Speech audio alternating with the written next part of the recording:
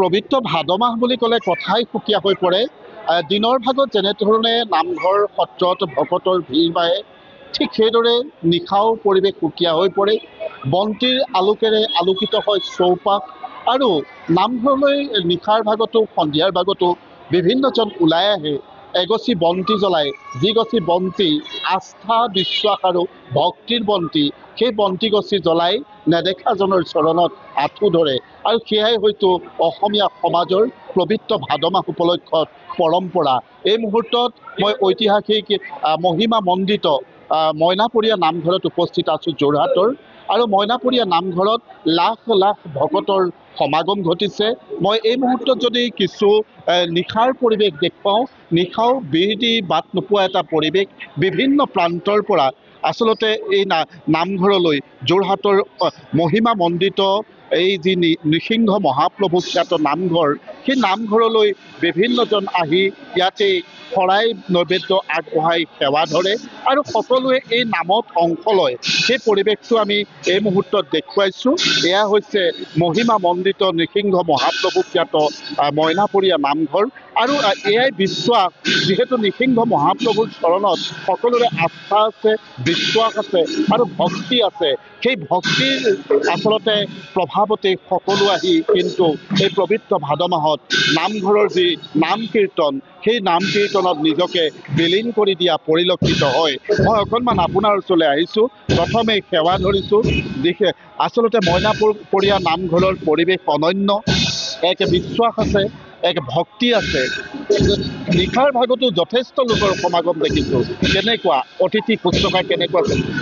আমি আপোনালোকৰ চেনেলৰ যোগেদি বৰ্তমান ৰাইজলৈ আমাৰ সেৱা আগবঢ়াইছোঁ।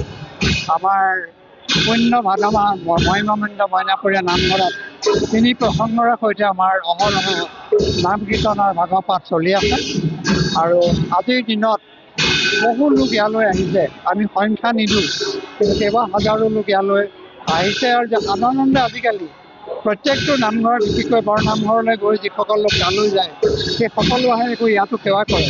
সেইকাৰণে কেইবা হাজাৰো লোকে ইয়াত গোট খাই আমাৰ মইনাপৰীয়াবাসীয়ে বিভিন্ন স্থানত সেইসকলক সেৱা কৰাৰ অহৰহ প্ৰচেষ্টা চলাই আছে। আপোনালোকে দেখা পাইছে বা যিসকল আহিছে, আমাৰ আতিথ্য আপোনাৰ সকলক দিবৰ কাৰণে সকলো প্ৰস্তুত হৈ থাকে। আৰু বিশেষকৈ আমি এটা কথাতে সুখী হওঁ যে বিভিন্ন প্ৰান্তৰ পৰা আপোনাসৱ আহি এই মইনাপৰীয়া গাঁৱত আহি আপোনালোকৰ যি পদধূলা দিয়ে, সেই পদধূলাই মইনাপৰীয়া এখন পবিত্ৰ তীৰ্থত পৰিণত কৰিছে। আৰু আপোনাসৱক সেৱা কৰিবলৈ পাই মইনাপৰীয়াবাসী ধন্য মানিছে। নিশ্চয়। মই অকণমান আপোনাৰ ওচৰলৈ আহিছোঁ। যিহেতু পবিত্ৰ ভাদ মাহ, আৰু ভাদ মাহৰ এই যি সন্ধিয়াৰ পৰিৱেশ, নিশাৰ পৰিৱেশ, সেয়াও অনন্য।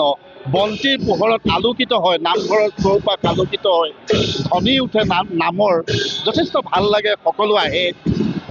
এইটো আপুনি যিটো কথা কৈছে, এইটো প্ৰকৃততে সত্য কথা।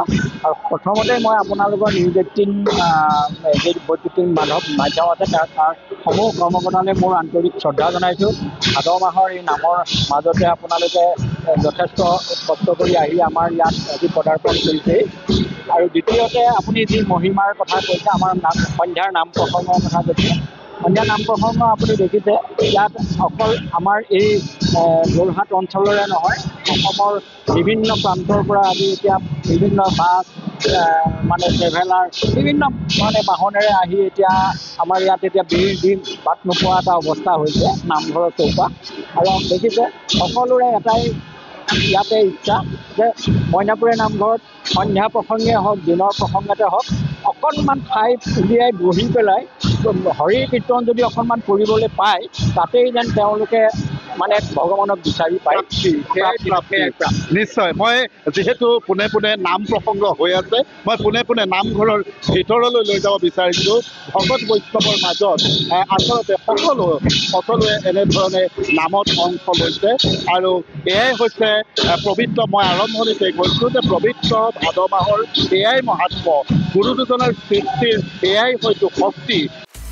আপুনি বিচৰা বাতৰি পাব কেৱল নিউজ 18 এপত।